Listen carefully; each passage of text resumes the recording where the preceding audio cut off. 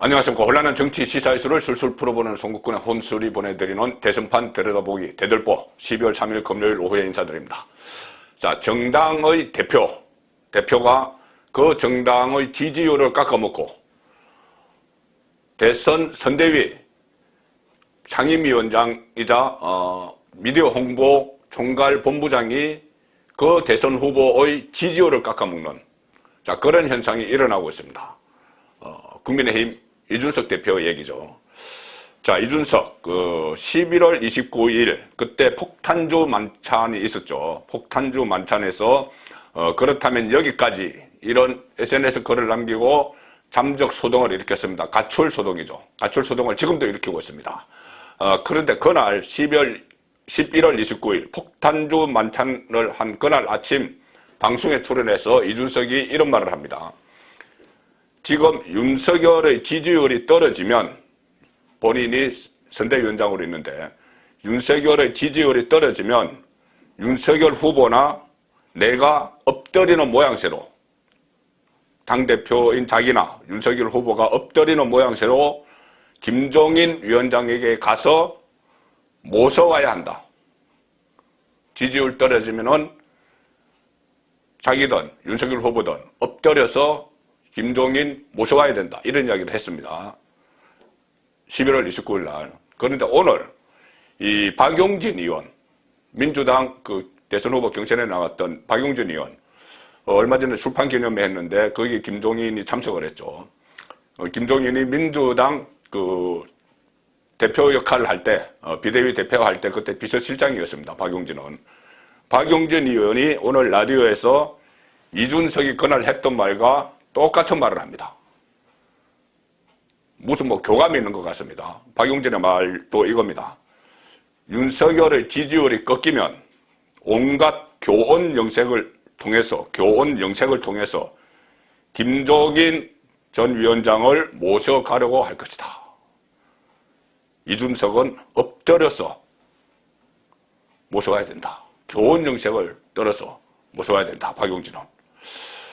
자, 이런 말을 했는데 이준석은 결과적으로 이 윤석열 지지율 떨어뜨리기 작전에 결과적으로 그날 밤부터 돌입을 했죠. SNS에 글 남기고 그 다음에 잠적을 하고 일정 취소하고 부산에 나타났다가 순천 갔다가 또 제주도 갔다가 오늘은 또 울산 갔다고 합니다. 가는 곳마다 이 분탕질을 치고 있죠. 당대표가 당을 혼란에 빠뜨리고 있습니다. 주로 이준석이 지금 하는 일은 지방막 다니면서 하는 일은 윤석열과 윤석열 주변 사람들에 의해서 본인이 탄압을 받고 있다. 김종인도 그 파리떼들이 앉아서 김종인을 못 들어오게 한다. 자, 억울하다. 이런 이야기를 지금 당대표가 다니면서 하고 있습니다. 윤핵관 이런 이야기를 했죠. 윤석열 쪽의 핵심 관계자들이 김종인을 들어오지 못하도록 막 이렇게 망신을 주고, 자기도 견제를 한다. 그리고 심지어 오늘 이런 말까지 했습니다. 어제 이야기한 것이죠. 제주도에서 홍보비 300억 원을 이준석이 해먹으려고 한다는 말도 누가 윤석열에게 했다. 그런데 이 상당히 민감한 문제죠. 돈 문제 가지고 지금 당 안에서 막 분탕질이 일어나고 있다는 이야기입니다. 이준석이 스스로 그런 말을 했습니다. 윤석열 참모 중에 한 명이 이준석이 홍보비 해먹으려고 한다. 그래서 홍보 본부장을 맡았다. 이준석이 스스로 그렇게 이야기했습니다. 이 부분에 대해서 오늘 윤석열은 아니 나 그런 이야기 들은 적이 없다고 이야기했죠. 들은 적이 없다. 이렇게 이야기하니 이준석은 또 그러면은 없는 말을 참모들을 지어낸 것이다. 그거는 이간질 시키니까 더 나쁘다. 이런 세계의 반응을 오늘 또 보였습니다. 그래서 어떻게 하든 이 내분이 일어나도록 갈등을 막 조장하고 있는 당대표가 선대위 상임위원장이 그렇게 지금 하고 있는 것이죠. 김종인도 밖에서 여기에 가세를 했습니다. 주접을 떤다. 윤석열이 주접을 떤다. 그런 이야기 했고 또 이 바깥 지원 세력, 김종인의 지원 세력, 진중권, 권경애 이 사람들은 윤석열 주변의 문고리 3인방, 장순실, 장재원이 최순실 같아. 이런 이야기들을 막 하니 지금 지지자들이 속속 돌아서는 그런 모습을 보이고 있죠. 윤석열의 강력한 지지자들은 꿈쩍 않고 있지만 이 국민의힘 지지자 중에서 그래도 2030을 중심으로 그 이준석 대표 될 때 그 여론조사할 때 그때 이준석에게 투표한 사람들이 있습니다. 그쪽이 이준석이 이렇게 피해자 코스프레를 하고 윤석열에게 억압받는다. 이런 그 흉내를 내니 이런 신용을 하니 그 사람들이 떨어져 나가는 겁니다. 그리고 이 중도에 있던 사람들도 윤석열을 지지하다가 문재인이 하도 이 나라를 엉망으로 만들었으니 윤석열에게 정권교체를 바라면서 지지를 하는데 이렇게 당 안에서 무슨 홍보비 가지고 뭐 300억 갖고 서로 갖겠다고 싸운다고 하고 뭐 벌써 뭐 3인방 박근혜 전 대통령처럼 뭐 3인방이 있다고 하고 최순실 이야기 나오고 하니 이 중도 쪽에 있는 사람들도 돌아서는 것이죠. 돌아서도록 만드는 사람이 지금 당대표 이준석입니다.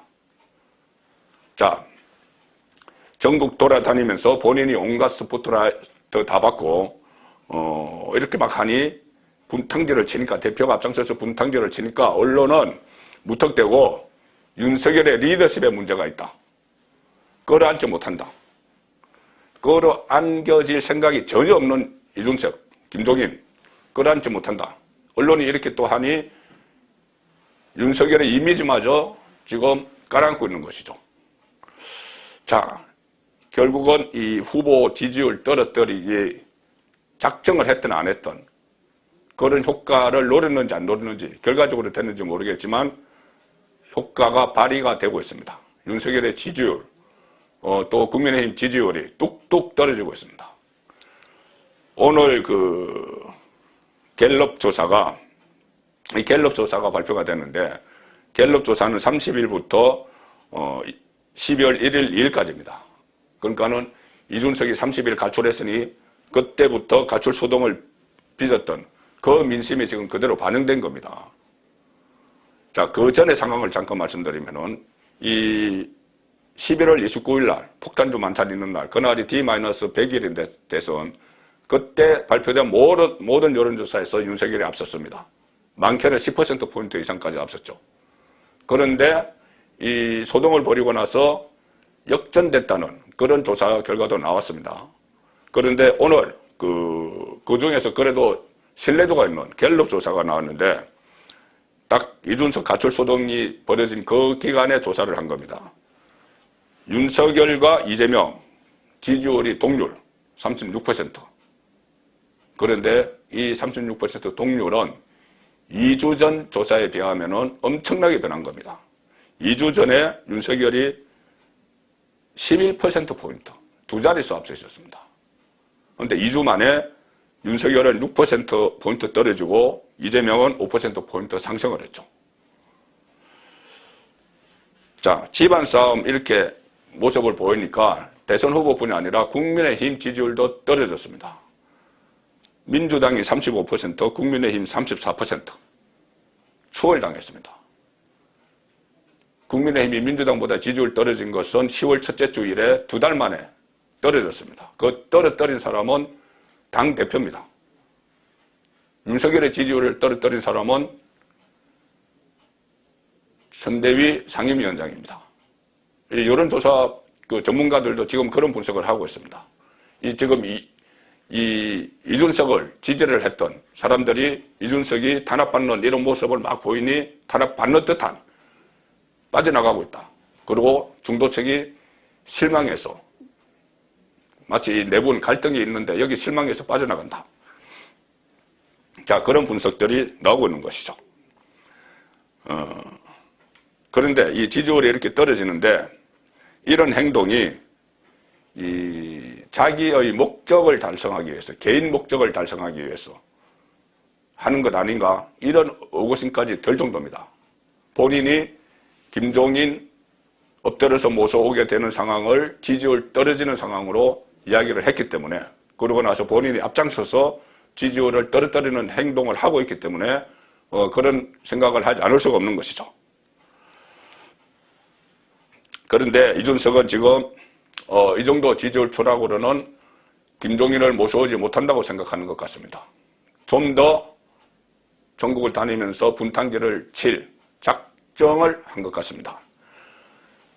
오늘 윤석열은 제주도에 있을 때 제주도로 가서 이준석을 한번 만나보겠다 이러면서 이준석에게 온갖 칭찬을 다 늘어놨죠.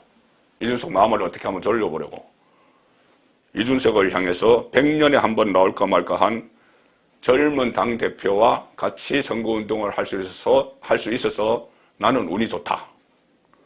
지금 굉장히 만나고 싶다. 가서 만나고 싶다. 이런 말까지 했는데 이준석은 냉랭하게 만날 계획 전혀 없다. 이렇게 이야기했습니다. 아마도 이준석은 아직 소기의 목적을 달성하지 못했기 때문이겠죠. 그래서 이 사태가 이준석이 마음에 들 때까지 지지율이 떨어져야 끝날지도 모릅니다.